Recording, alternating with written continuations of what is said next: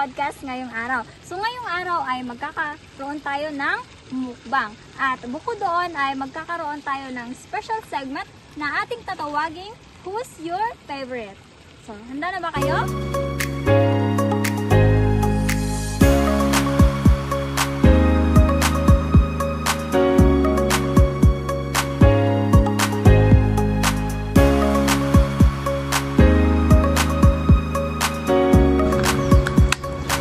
Para sa ating special segment na Who's Your Favorite ay narito ang ating kasamahan.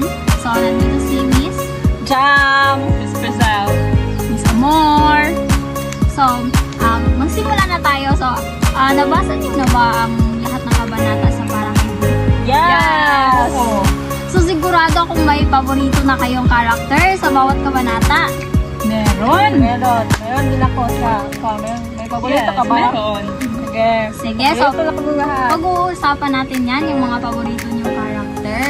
So, sino pong gustong maunang magbahagi ng kanilang paboritong karakter? Ikaw na!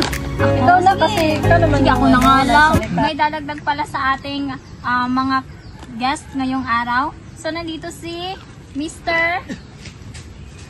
Ivan Kurt. Halika dito!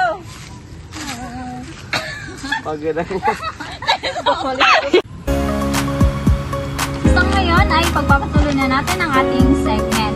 So gaya ng sabi ko kanina, ang paborito kong character ay si Irene. So sa kwento, ipinakilala siya bilang may kakayahang katulad ng photographic memory, di ba? So napaka unbelievable na kanyang kakayahan, kasi sino ba namang hindi gusto ng ganung kakayahan na parang naaalala mo lahat kahit isang beses mo lang nakita.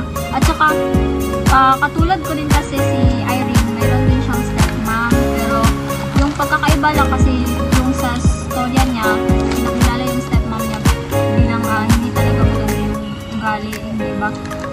Pero sa akin naman, ang naranasan ko naman ay okay naman, kasi simula bata pa lang ako, inalagaan na rin ako ng aking stepmom, at parang nag-open up na rin ako sa kanya, at parang ina ko na rin talaga siya.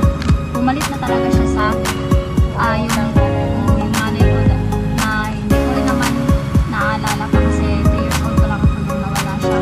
At saka si Irene din kasi sa kwento, masasabi kong loyal din siya, kasi di ba parang ang tagal bago sila nakita muli ni Jordan. Pero kahit nagka-relasyon siya ng ilang beses, parang hindi pa rin niya pinapalitan sa puso niya si Jordan. Kasi marami siyang nakarelasyon, pero ayaw niya na yung makarelasyon niya ay nagsisimula sa letter J ang pangalan, kasi naalala may trauma niya. ka doon! Niya si Jordan. May trauma siya sa mga J, mga Jordan. Grabe talaga yung letter J, mga J na. Buti nga hindi ka naging Mga J, red no? flag kasi yung mga J. J Van Kurt.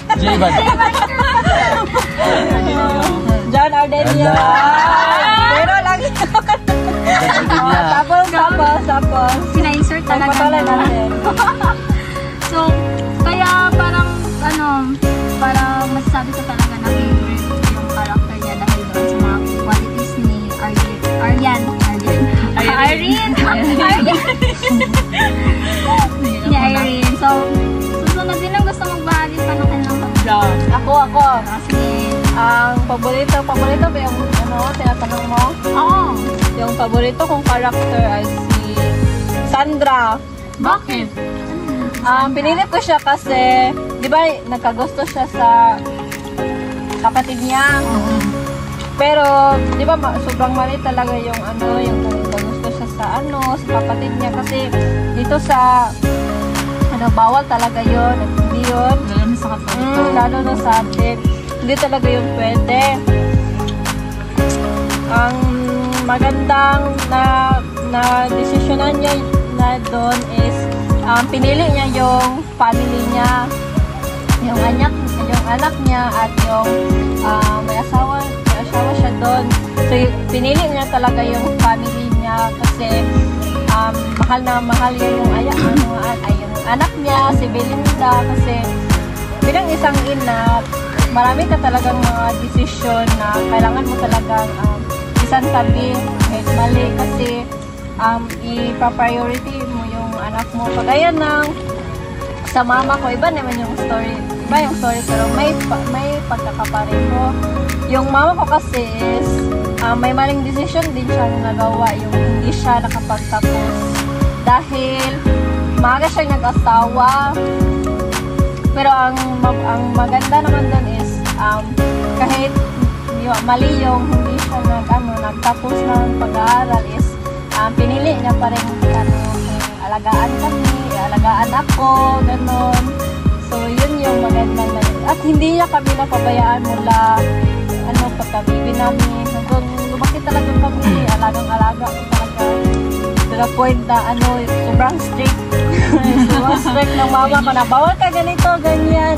So pagkarating ko dito ako na na-experience na mag-explore sa life. Yes. Ikaw, sino susunod? Ako. Okay, sige. So, sa akin naman, ang nagustuhan kong character doon ay si Erica. Kasi, ang personality kasi niya ay diba nalagaan niya si Jay. Kahit sa nagkasakit si Jay, kahit hindi siya malaki, minahal pa rin niya nila. At parang makarelate talaga ako kasi diba po kapag mahal mo yung tao, kahit hindi lang sa yung mga jowa ninyo o mga family mo o alagaan talaga natin yan kasi sila lang yung doon kung may problema tayo, sila lang yung naka-intindi sa atin. So yan nga, nagustuhan ko talaga ang character ni Erica. Sinong susunod? Ako, meron ako. Sige. Doon sa kwento, kasi doon, ang napansin ko na paborito ko ay si Basic talaga. Bakit? Dahil Meron sa kanya, si Basic kasi napansin ko sa kanya ay siya ay maganda. So, kahit hindi ko siya nakikita, ang napapansin ko mukhang kagagaya siya sa aking kasintahan. Yun lang. Pero kahit yun lang. Sino pa bang susunod? Sayang! Save the best for last. So sa akin, silang lahat. Gusto ko yung mga karakter niya, lalo na kang Irene. Diba, sabi mo nga kanina, meron siyang kakayahang hindi malimutan yung mga bagay na nakikita niya. So, parang gifted, diba? Kung magkaroon ka ng ganong klaseng kakayahan. Kasi, lalo na ngayon, nag-aaral tayo. Parang napakadali lang para sa ating mag-aral. Kasi, unang tingin pa lang natin, pasok agad sa popote natin. So, talagang maganda yung ganong klaseng karakter. Kasi, hindi na mapapagod. Hindi ka na mapapagod, hindi ka na mag-iisip. Napakadila lamang siyang aralin yung mga bagay na gusto mong aralin. Tapos yung kang Erica naman, gusto ko yung personalidad ni Erica na kahit naging baldado yung si Jay, diba? Para pa rin niya. Wala siyang pinipili. Hindi. Ups and down. Kahit naging baldado si Jay, minahal niya pa rin, hindi niya iniwan. No? Kung hindi lang binago yung kwento, kasi doon sa kwento binago yung kwento ni Jake So, ni Erica. Pero kung hindi binago, gusto ko yung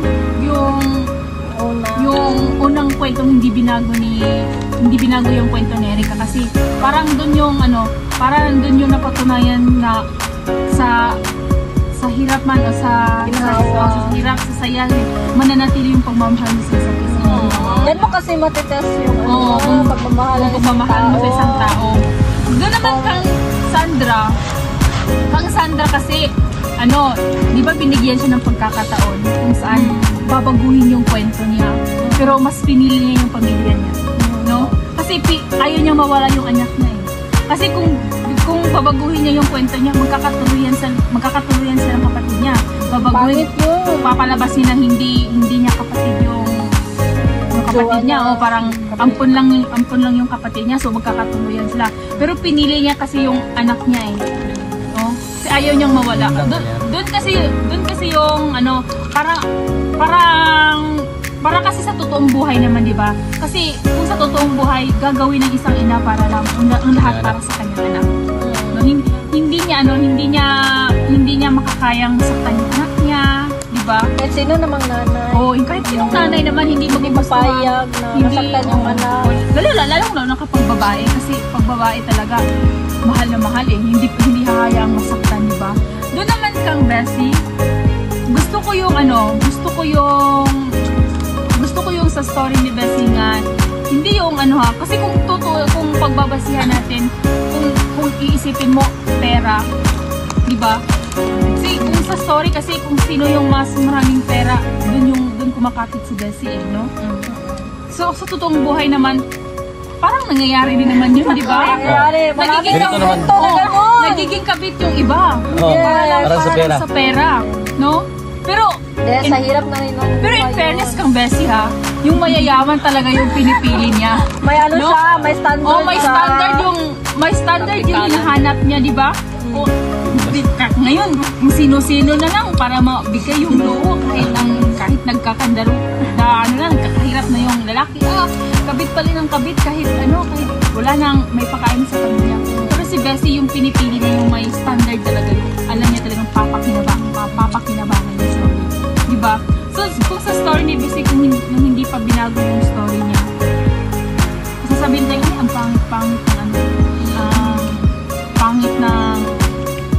pangit ng story, ang pangit ng karakter kasi ang landi-landi ni Bessie doon, di ba?